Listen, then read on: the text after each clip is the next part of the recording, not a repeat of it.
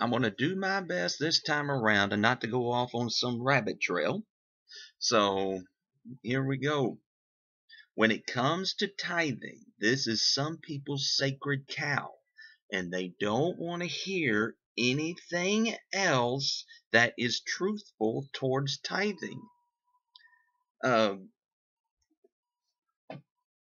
believe that if people would give from the heart, and we are under grace, if people would give more, and people would give more if preachers would stop harping on tithing and stop talking about the 10% that was under the law.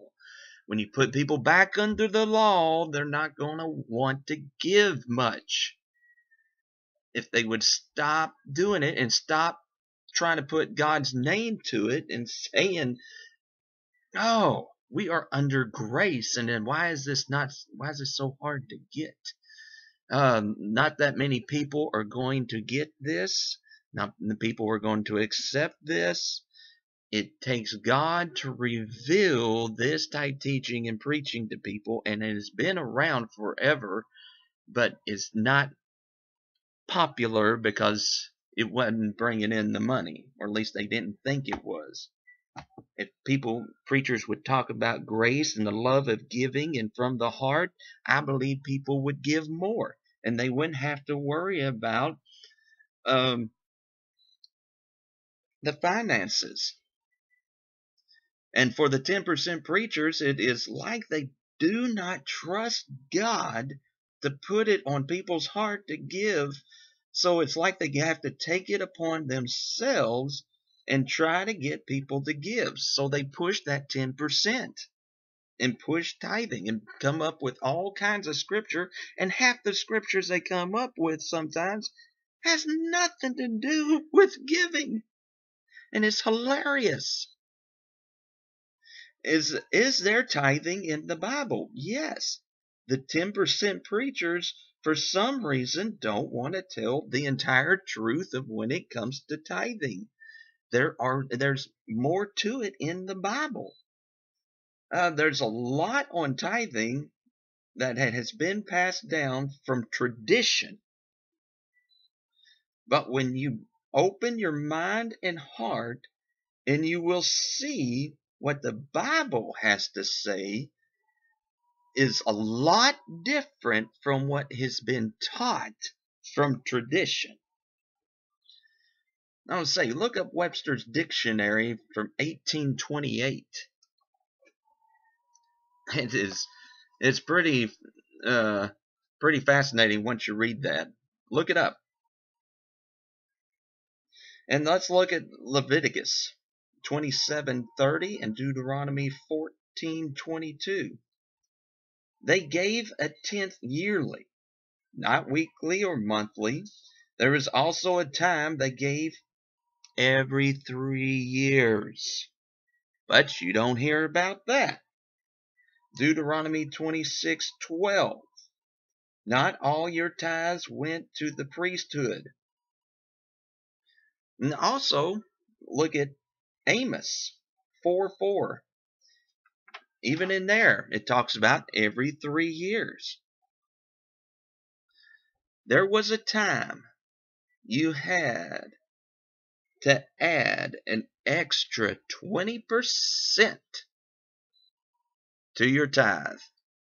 What? Yeah. Read Leviticus 27:30 to 31.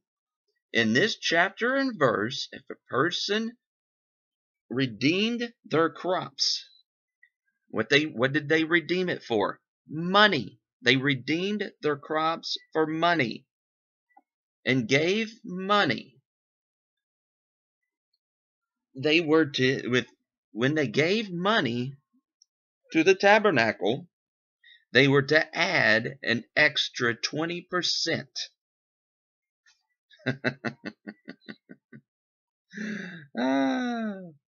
And what does that add up to? If my calculations is correct, it adds up to 30%.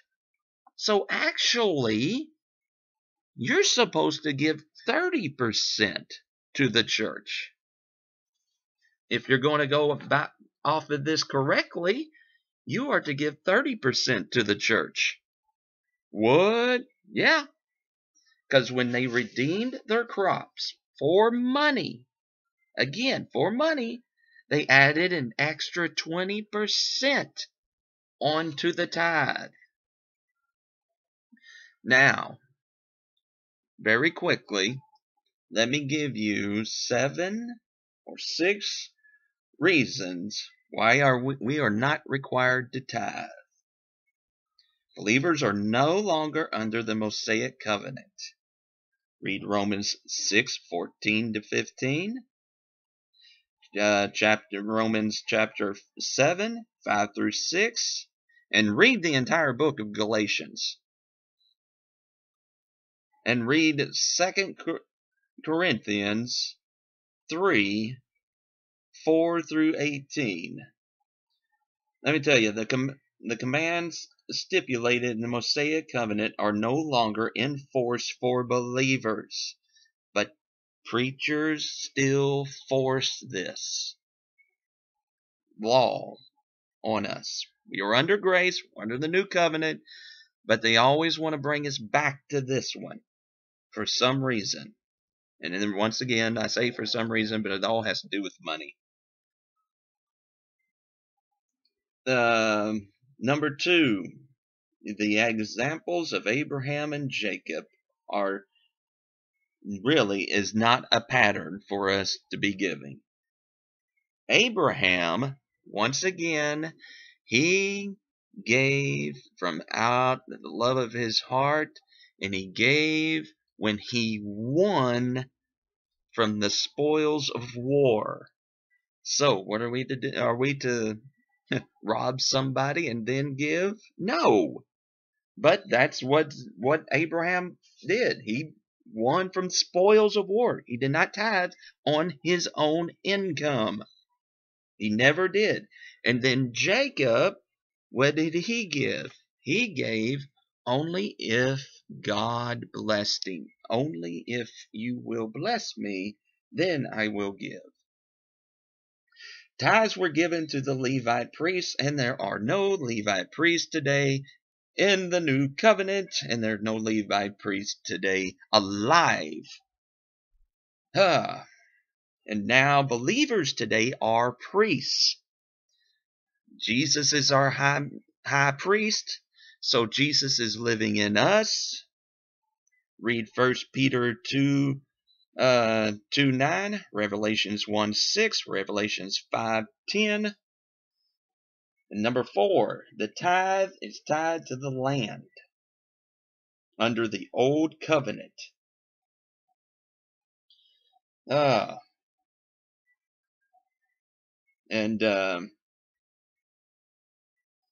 Let's just say, it's all land. That's where they gave from. It's from the land. Okay, number 6.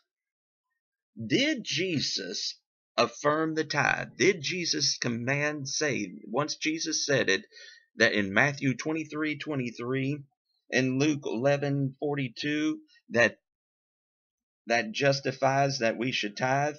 No. Some defend tithing by saying Jesus praised tithing, even if he said it was less important than other things.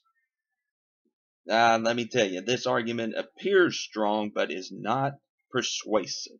Jesus also mentioned making offering sacrifices in the temple. Once again, if you go back to my video on law, just listen to that.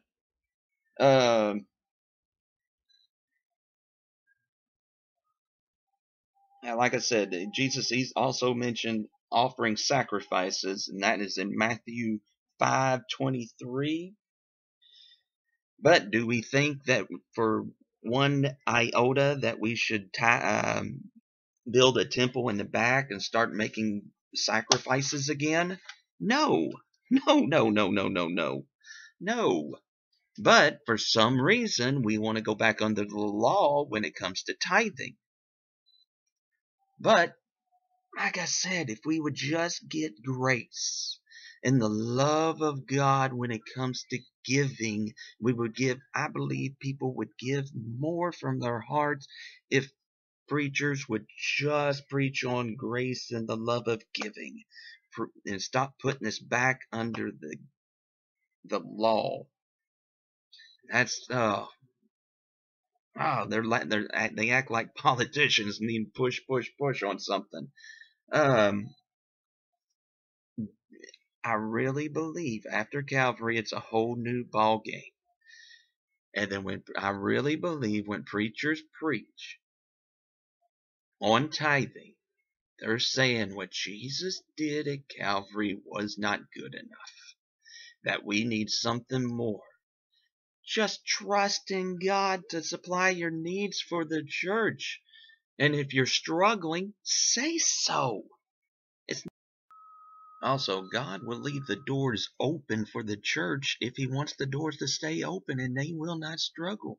When we preach on grace and the love of giving and grace, grace, I really believe there will not be any struggles for the church. People will not have to, we will not have to push for it.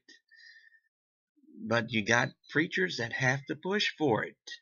They don't trust God to supply their needs. And like I said, it's a whole new ball game, and this is for this type teaching. It's got to be revealed to you. And I hope that everybody that has listened, that they got it, and that it helps them in some way, somehow.